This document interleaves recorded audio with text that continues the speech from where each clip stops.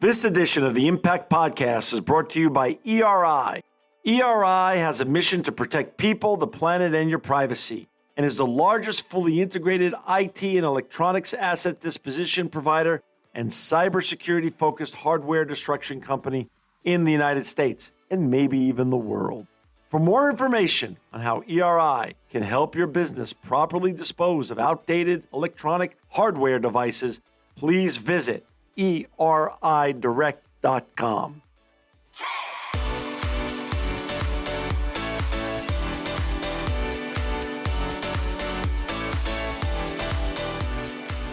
Welcome to another edition of the Impact Podcast. I'm so excited to have with us today Chang. He's the president and CEO and founder of Asha Foods. And Asha Foods makes these great noodles here, which I've already, of course, opened the bag and eaten many of these samples, Asha noodles and many other products. Welcome today to the Impact Podcast. Young, how are you today? I'm well, John. Thank you so much for having me. You know, you're in Los Angeles today. I'm in Fresno, California. The pandemic, unfortunately, still grinds on, but we get to be together and share a little bit of your great background and your entrepreneurial journey. Before we get talking, though, about your great noodles and what you've created here, which I'm a huge fan already of, can you share a little bit of your background, where you grew up, where you went to school, and where you worked before you decided to make the entrepreneurial jump? Sure. So, I was born actually in Minneapolis, Minnesota. So I'm a homegrown product of the USA. My parents were immigrants from Taiwan.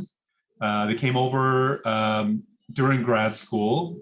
Typical American journey to come here, get an education, and stayed here. Had the family. So for the better part of my first 12 years, I grew up in the Midwest, in Minnesota, in Rochester specifically.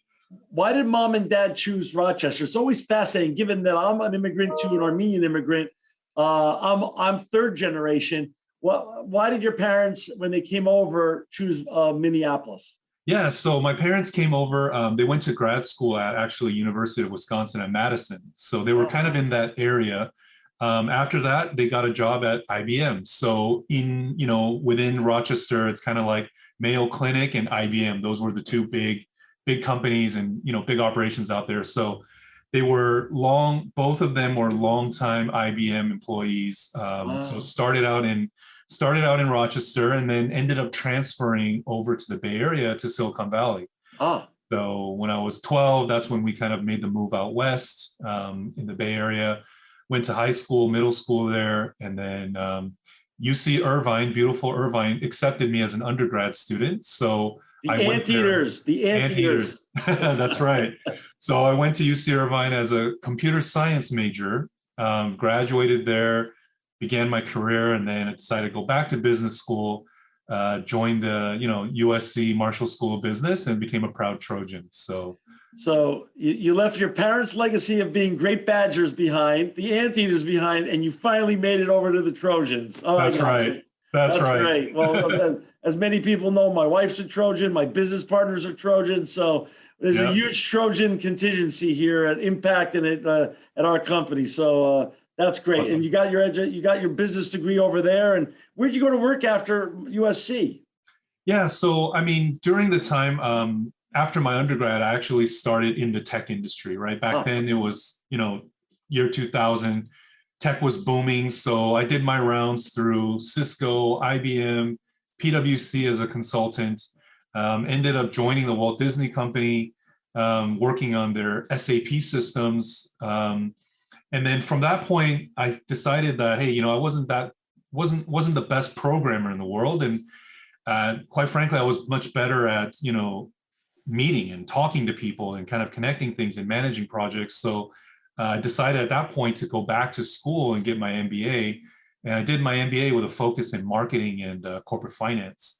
So after that whole experience of the MBA, I ended up leaving Walt Disney Company. I joined Warner Music. And then after that, I went and joined Warner Bros. Studios. So all in the Burbank, center of the media capital, right, all that area. So I did my rounds for about 18 years, kind of doing the corporate thing and, earning my stripes there. when was that moment during those 18 years?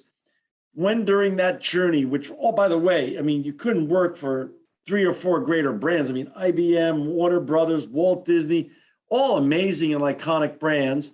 Yeah. When did you start thinking or dreaming about one day becoming an entrepreneur?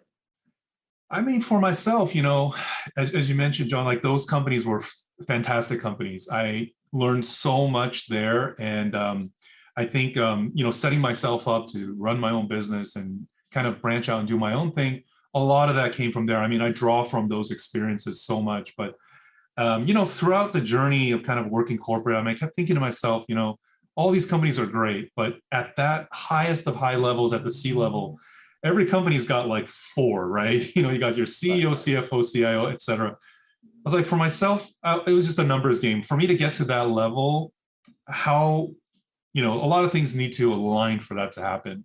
Right. Versus maybe coming out doing my own thing. I'm kind of there from the beginning, but again, I have all the risk and I have all the pressure, but I've got all the reward as well. So right. That seed was always kind of in my head, and I guess I just kept learning and kept leveraging my superiors and learning from my companies that I was working for. And when the right opportunity presented itself, I was ready to make the jump. So I kind of stumbled into it. Yeah. Well, so, there's so many things, given your unbelievably impressive education, all great schools, and also your work experience, I'm sure you saw so many different industries that you considered that you could go and disrupt or go and become a part of and become an entrepreneur in. Why noodles? Why did you decide to start Asha Foods, and what was the aha moment, without trying to be cute, for Asha? Yeah, I mean, I always say, like, I feel like noodles chose me versus I chose noodles. So what happened was, so I have a brother-in-law of mine who's kind of like a mentor. He's a very successful businessman in Taiwan. And he's done a lot of different business ventures, primarily in retail. He owns shopping malls, real estate, that kind of thing. He decided he wanted to get into the food business. There was a company called Asha Foods, which was a legacy brand in Taiwan since 1977. It's been around, and had run into some problems in terms of product quality. There was some issues, some recall issues within Taiwan. So long story short, that company, which was very iconic in Taiwan, was about to go under. So my brother-in-law actually went in, invested into the company and kind of saved the company from going under, because he didn't want to see a very traditional legacy brand from Taiwan go under. So he kind of went in financially, made the right, investments to be able to recover. And as he started putting more and more time and money into this business, he started realizing that, hey, there's something here with this product. And, what we make is actually not something that's very earth-shattering. It's a very traditional, like our recipe that we use for our hero item is 100 years old. It's a recipe that's always been around. And so, but it's something that was never brought to the Western market. It was always kind of in Chinese culture, in Taiwanese culture. So he saw this noodle, and then, I would go back to visit family, do the kind of holiday thing. And he would always, have me come over and say, try this noodle. Like, what do you think? Do you think we can sell in the US? All this stuff. And I was like, I'm not sure about it. Nobody in the US, because I grew up here, I've never seen something like this before. Right. But then as I learned more about the product, how it's air dried, not fried, you get less fat content, no MSG, no preservatives, no artificial flavors. Like it's like flour, salt, water, soy sauce, sesame oil. That's it. That's really what we built our business on, those 5 ingredients. And it was there all along. All we had to do was bring it over. And I think where the magic happens was we had a great product, and it's something that I'll just say the American market was looking for, which is high protein, low fat, natural ingredients. But we had to repackage it and present it in a format where it's more acceptable for different cultures. Because coming over from Taiwan, it was all in Chinese. Nobody could read it. They couldn't even They didn't even know what all the benefits of this product Okay, were. so let's step back here. How many brothers and sisters do you have? Biologically, I've got an older sister and I got a younger brother. Okay. Through my marriage, I have a brother-in-law, a sister-in-law, about 4 or 5. So is this your brother-in-law through marriage or through your biological siblings? Through marriage. Through marriage. Okay. Yes, So this yes. is your brother-in-law. He lives in Taipei in Taiwan, or he lives in America? No, he lives in Taipei. Yep. He lives there. Yep. So now he invests and now he shows you this. When does that discussion start happening? Like maybe you should be running this. Yeah. So I would say it took over the course of probably 2-3 years. And then finally, he just kind of said, look, you just have to try it. So bring something over, sell it online, sell it on Amazon, do whatever you do in your techie world, right? Right. So I did that. I brought it over, I listed on Amazon, sold it on the website, sold out. Okay, so order some more. Listed it online, sold out again. And, then it's like, okay, bring in more and more. And I think after about 2.5 years of doing this, we kind of were like, what are we doing? Like, I'm working 9 to 5. This business that's after 5 p.m. continues to grow. Why not focus and go all in on this? So back in 2015, we made the decision. We're like, let's incorporate this. Let's create Asha Foods USA, and let's do this right. And let's bring in products. Let's build a team. Let's get marketing, branding, and do it right. Professionalize it. You're gonna make a real business of it. Sure. Asha Foods in Taiwan. How big is that in order of magnitude over there? Well, in our world, in our noodle space, we're definitely one of the top 3. Top 3. Yeah, and when it comes to dry noodles, we're number 1. So wow. Yeah, so the other kind of deep fried, those type of varieties, they're still there, but in our category, yeah, we're definitely number 1. So anyone from Taiwan that's living in the States or living in Australia or living anywhere else where we distribute, every time when they see the Asha brand, they're like, it's like a letter from home. They feel like, right, yeah, something authentic is there. What a great thing! You and your brother-in-law get to literally take over an iconic brand from Taiwan and bring a taste of Taiwan home here to America, to the Asian American community here. Absolutely, I would equate it to something like a hostess, right? Like, wow. Yeah. So if you went to France and you saw a Twinkie, you'd say, hey, that's something from US. or frankly, the truth is, it's like what Americans feel like when they go to any country now in the world and there's a Starbucks or a McDonald's. There you go. Yeah. So exactly. Same thing. It's a comfort brand. That's right. You feel safe. You feel like, this is a taste of home here. Yes. That's amazing. So so when did you launch Asha USA with your brother-in-law in the United States? That was 2015. 2015. So now explain what the game plan was then and how did it play out the last 7 years? Like there's always a game plan and there's always how it goes. And typically there's somewhat different than how you usually start up. That's right. That's right. So, as I mentioned, we always felt that we had a good product, but the thing that we felt that was different from us and other noodle manufacturers was that both me and my brother-in-law, which was kind of like the brain trust of this company, both of us were not from the food industry. So when we came into the food industry, like everything that we did was different. Like the way we looked at our products, the way we looked at our branding was completely different. So we felt like that was our biggest strength, that everything, because food business in many ways is very traditional. It's very legacy based, and there's a certain way things are done. But the way we came in was totally different. I mean, with our collaborations with like Hello Kitty, BT21, Momofuku, we do all these different collabs. I mean, normal noodle companies are not really doing these kind of things because we're trying to actually create a brand more so than create noodles. Well, it's not only that makes so much sense, but you also weren't constrained with any legacy notions of the food industry since you both weren't food executives. You're business people. 100%. Yeah, that's right. It's so exciting. And let me just say something. A couple things I want to do say. Whenever I try someone who's coming on Impact's food, I always share it with my granddaughter, Colette, who's 19 years old now, 19 months old. She saw this in my pantry you were kind enough to send me a few of these samples, and she was immediately drawn to this design.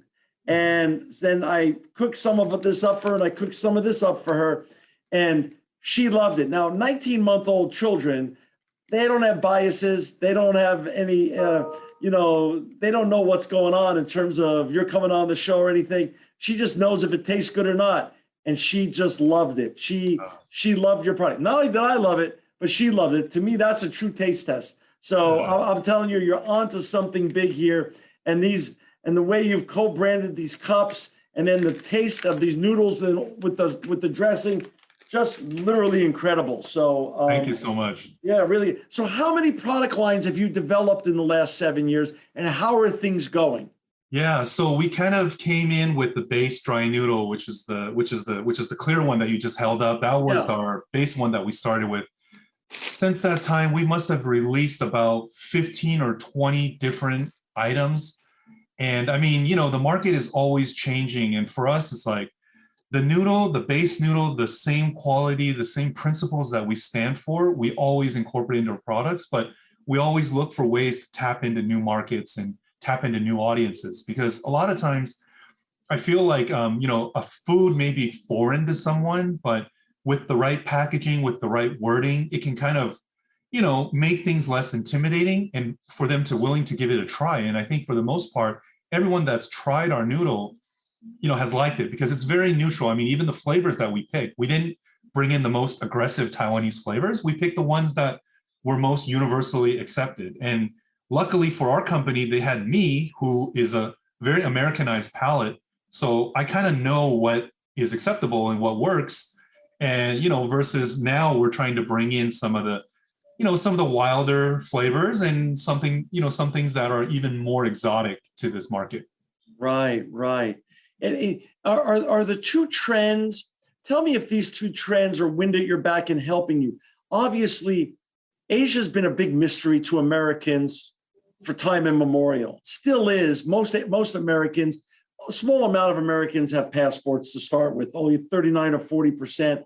And most of those Americans have only been to Canada, Mexico, or South America, or Europe. Very few have been to Asia. So one, there's been a huge influx of Asian food to America, and this new sort of like opening up of this jewel box of delicious tastes that come from Asia.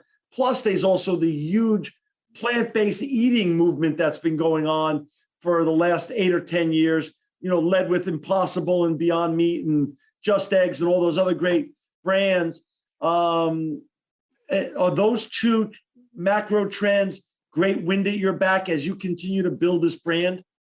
Yeah, 100%. I think, the timing is always very critical, especially in business. And I think, in the recent years, as China has opened up, more Chinese immigrants are coming to the States, or overseas students, there's more exposure, right? And I mean, I think it's very consistent when we talk to any of our buyers.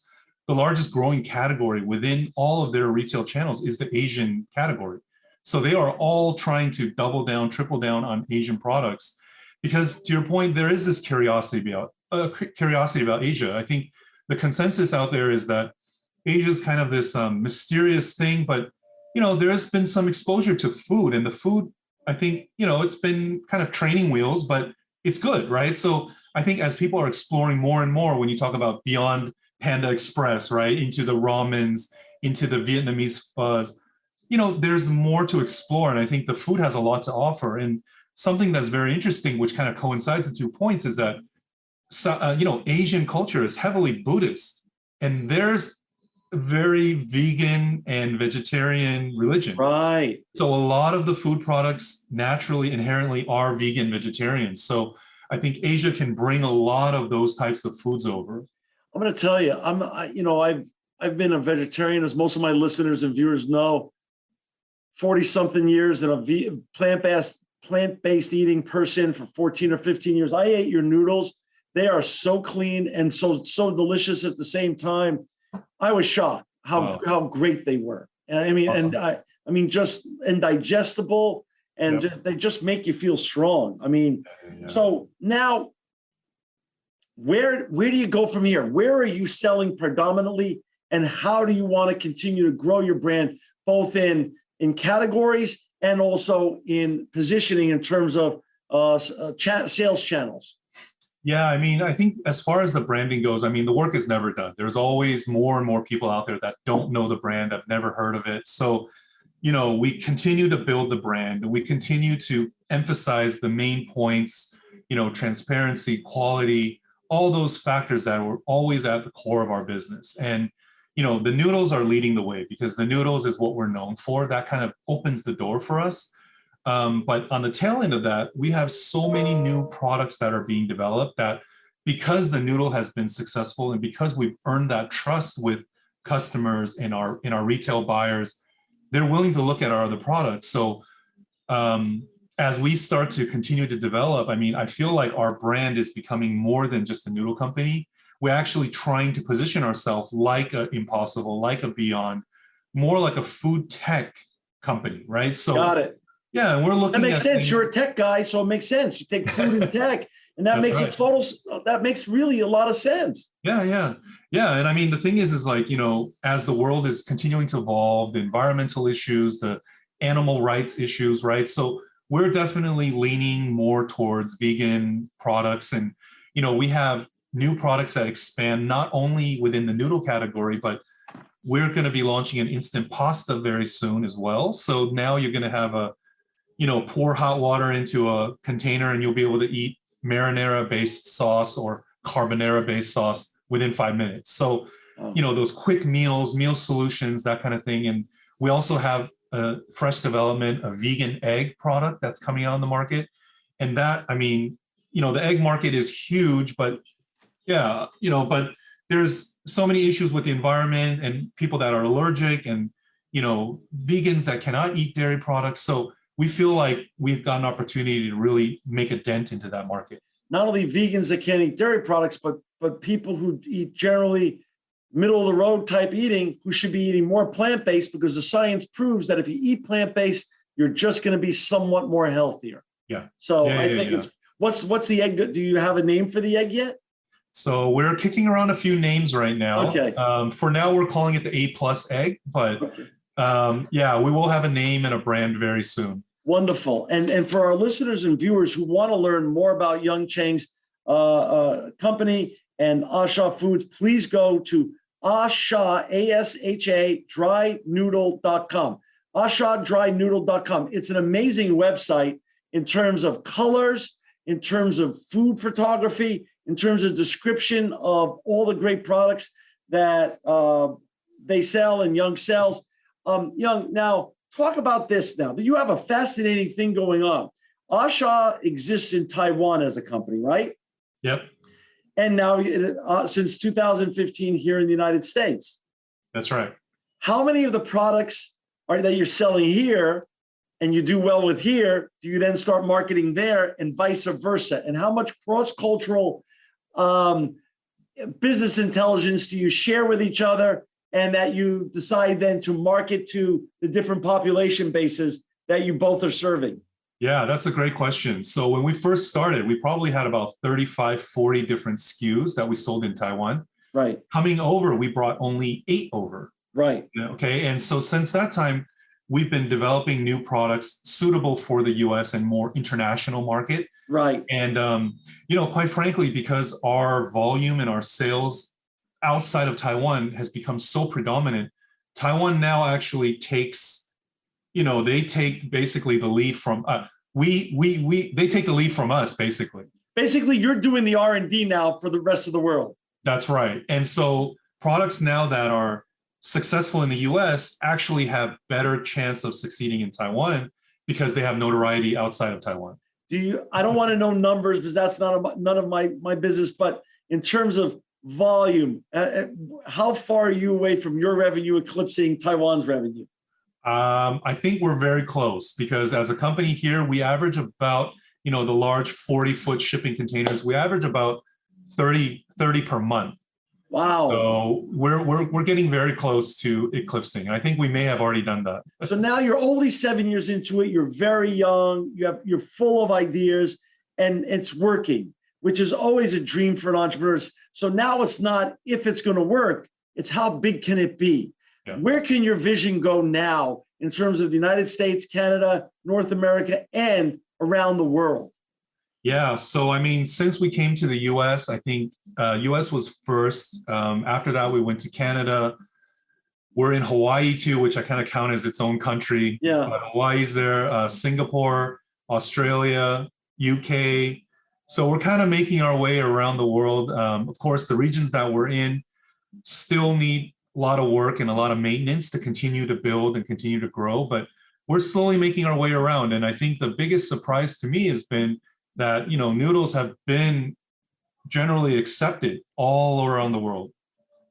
That is so exciting. And so Asha Taiwan just sells to Taiwan. You're basically Asha USA sells to the rest of the world and North America. That's right. So we're an affiliate of the home office, but right. We're pretty much the international. And so for us, Taiwan, China is with home office, and the rest of the world is all us. And now talk a little bit about, so you and your brother-in-law, are you the two owners of the company? Are there more investors? How does your governance work? And how do you continue to be inspired and learn and grow as an entrepreneur and as a business person as well? Yeah, I mean, I think we've been very lucky. There are only two partners in this business, and the business is 100% self-funded. So we own the stack all the way. The entire vertical is all ours. So I think that makes it very easy for us to make decisions like, do we want to do a deal with Costco? Do we want to work with Trader Joe's? It's really a phone call here and there.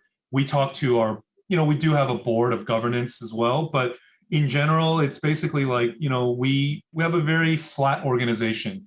And I think that's brother-in-law. It's you and your brother-in-law. That's correct. So that's allowed us to be very, very agile in our approach, and we can do deals quickly. We don't have a lot of bureaucracy and a lot of red tape to go through. We can kind of just, discuss, and if it makes sense, we can pull the trigger on a lot of things. How often do both of you meet like this? I talk to him pretty much 2 or 3 times a day, and okay, he's 15 hours. He's 15 hours ahead of me. That's great. Yeah. And then pre-COVID and now during COVID, how did your business change and evolve because of COVID? And as we start to now come out of COVID and you look back, do you feel that you're a better company, more efficient, and doing more with less because COVID forced you to do so? Yeah, I think, when COVID started, COVID, unfortunately, it was a bad thing for everyone. On our business side, it actually was a boom to our business, right? Because a lot of people couldn't go out. We had the quarantine for quite some time. And so, the lockdown. So people were looking for, meal solutions and different. So I think people were, more willing to explore, and they were more willing to buy food online. So prior to COVID, grocery online, that business was still kind of in its early stages. It was dominated by clothing, electronics, makeup, cosmetics, right? But now I feel like food is that's the new norm, right? People order products online, get food delivered all the time. Normal. Yeah. So I think for us, that was really the thing, which is transitioning our business from a very heavy wholesale business into more of an online D2C model. And I think that's going to continue on for sure, way past COVID, because now people are used to the convenience, and they're used to being able to explore and find things on Instagram and say, oh, interesting, shop now, I can buy it, and it arrives on my doorstep in 2-3 days. So I think that's now the new challenge, which is, where's the balance between the wholesale market and the online market? And, pricing wise, we used to be able to keep these two things separate, but now the world is much more condensed. So now people are looking at both, saying, well, I could walk into my market and buy it, or I could buy it online, relatively same price. So. And do you you manufacture your dry noodles here in the United States, and the noodles for Taiwan are made over there? Well, for now, we're still manufacturing in Taiwan, 100%. Okay. We import everything, but there are plans to explore facilities within the U.S. because got it. Now and you're young, so you also knew the big trends that were coming. So in terms of transparency and sustainability, Asha Dry Noodles is very, focused on, transparency, innovation, sustainability, and other key ESG and circular economy type of trends. Is that not true? Oh no, that's 100% true. I mean, that's kind of just, I think for us, I mean, a lot of people growing up in the States, I feel like it's kind of ingrained in our heads from birth, right?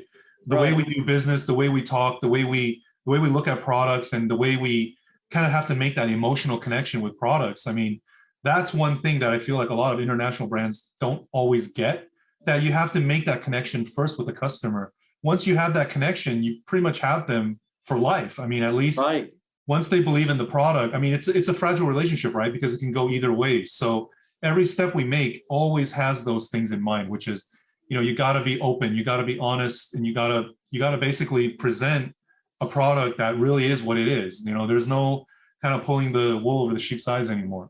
Are your mom and dad still alive?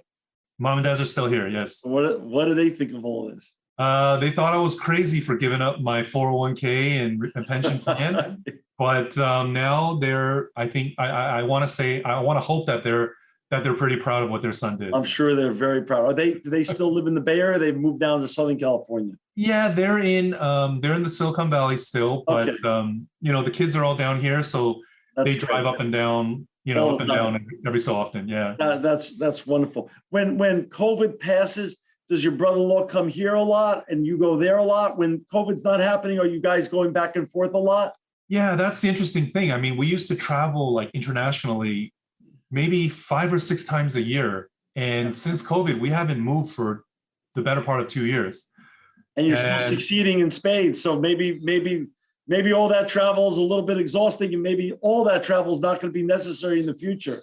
Yeah, I mean, definitely, God bless technology. It's been it's allowed us to be able to continue our business. Yeah. But there is something to be said about that personal touch, giving someone a handshake and a hug, that of course, that kind of face-to-face is always so important. So I'm so eager to get back. Yeah, I'm with you. Talk about, is it in your line of sight in terms of growth that one day I'll be in the UK or France or Italy and I'll be able to have your delicious Asha noodles?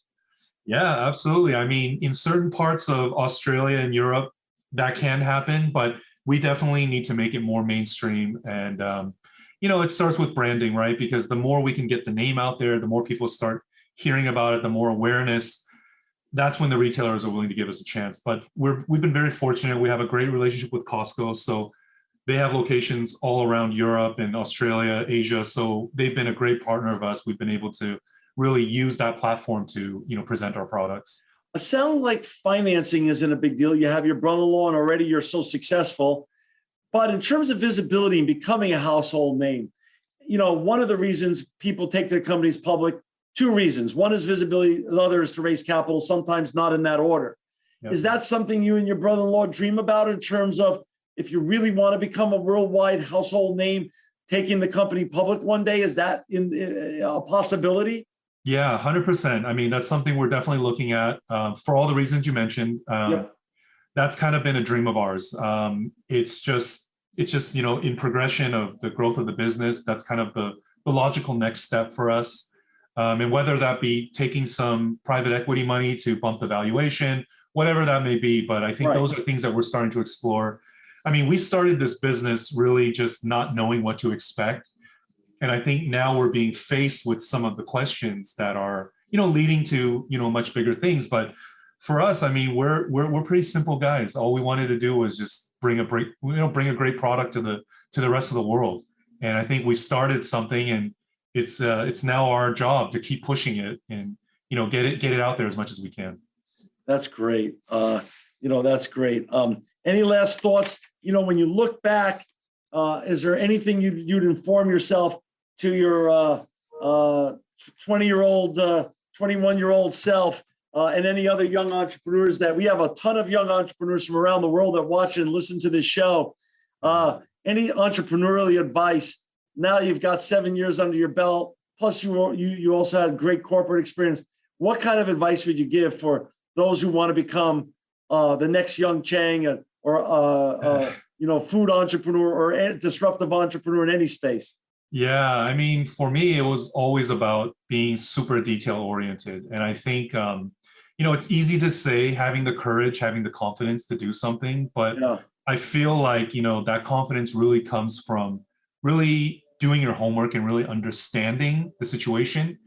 Because when you really do that, when you can walk into a room and know that you're the smartest person in that room, I think you just naturally exude confidence, right? And I can't say that I did it on my own. Like I said, I had a lot of mentors along the way. I had my brother-in-law pushing me. So surround yourself with good people, do your homework.